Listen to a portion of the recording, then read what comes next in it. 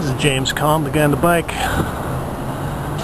coming to you from West 19th Street, and we're going to run around and look at some galleries and check some things, get a viewing in of a major group show at David Zwirner called A Point in Space is a Place for an Argument. Yo-Yo Pro might have covered this, but I want to take a look at it myself.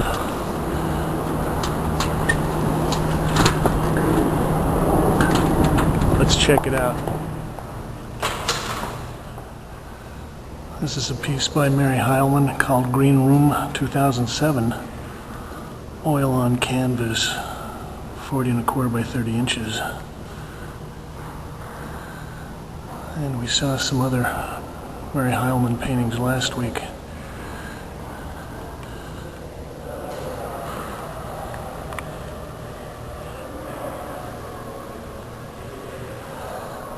Here are a couple of pieces by Julian Bismuth. Mineralogue 1.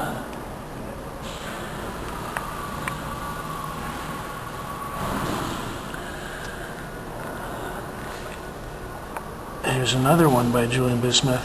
Mineralogue 3. Salt and wood. So it's got a stretched canvas. He's turned it over and it's coated in salt crystals.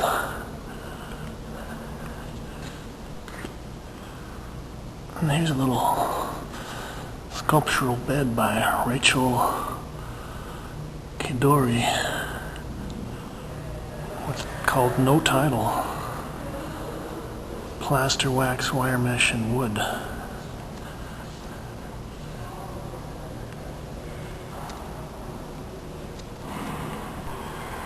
These are a couple of pieces by Gordon MattaClark.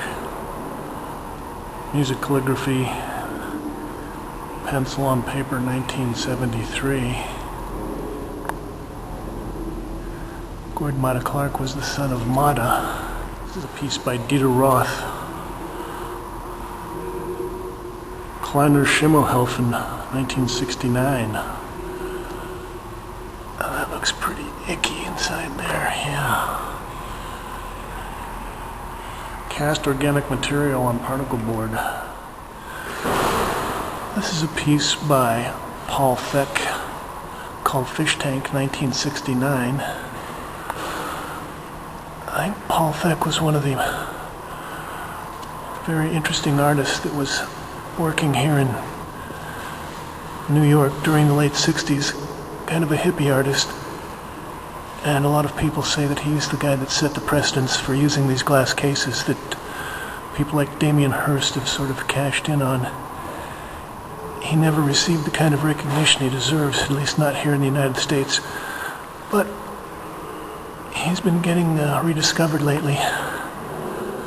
He was one of the casualties of the AIDS plague of the late 80s. He was living in the East Village. I just read on the tour, the gallery guide, that this Paul Thek piece has sold for $100,000. Too bad he wasn't around to see that. Congratulations. This piece is called Skeletal Implosion. Number 3, 2001, enamel and gesso on shaped canvas. This is by Stephen Perino, a young artist that actually was killed in a motorcycle accident. I believe it was on New Year's Day a couple of years ago. And as tragic as that is, in New York City, that's always considered a plus for your resume. So he's been taken a lot more seriously. This is a beautiful piece by Joe Overstreet titled The Basket Weavers 2003. Oil on stainless steel cloth. Joe Overstreet was also one of the artists that was featured in the High Times, Hard Times. He was a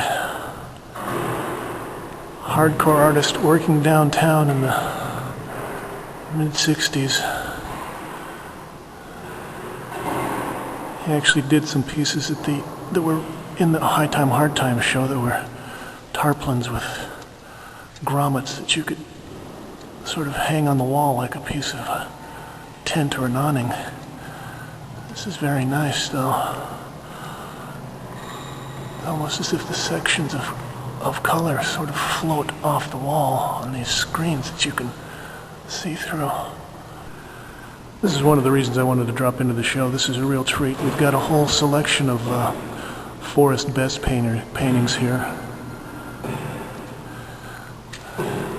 It's not often we get to see this many of these paintings in person here in New York. This one is Untitled, 1957, oil on canvas, 27 3/4 by 7 inches.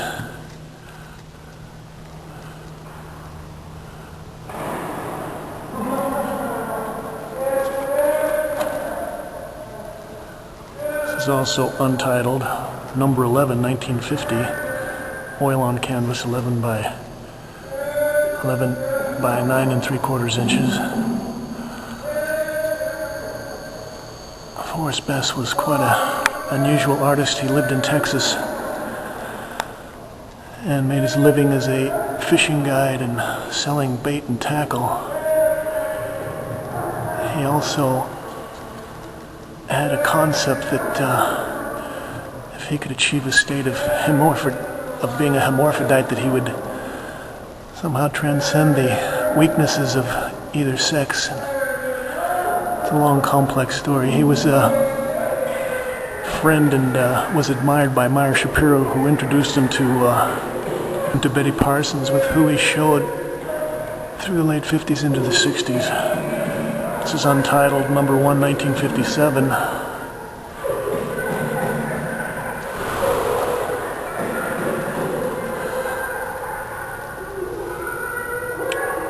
Untitled, number 39, 1950.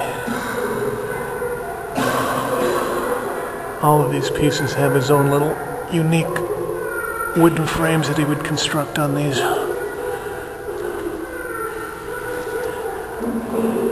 It's called Untitled number 5, 1949, 8 by 12 inches.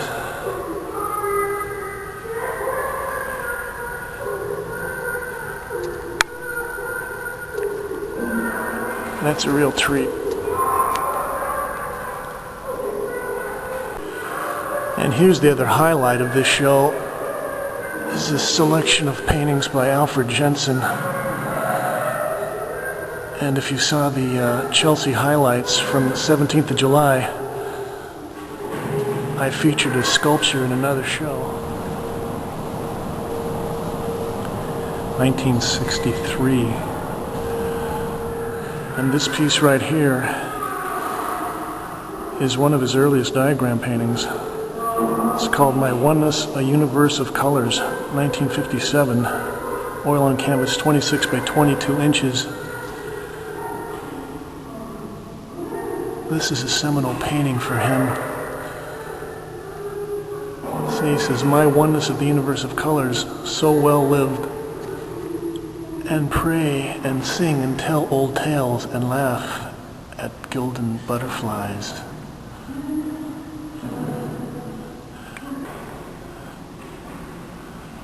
It's a beautiful piece. And this is titled 4 Sets of a Full-Scale Spectrums, 1957. Oil, ink, and graphite on paper.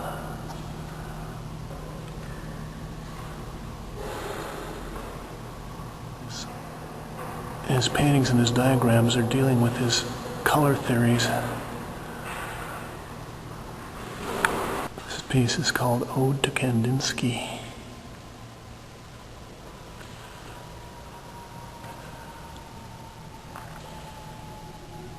Watercolor and ink on paper. 28 1/8 by 34 1/8. Okay, thank you.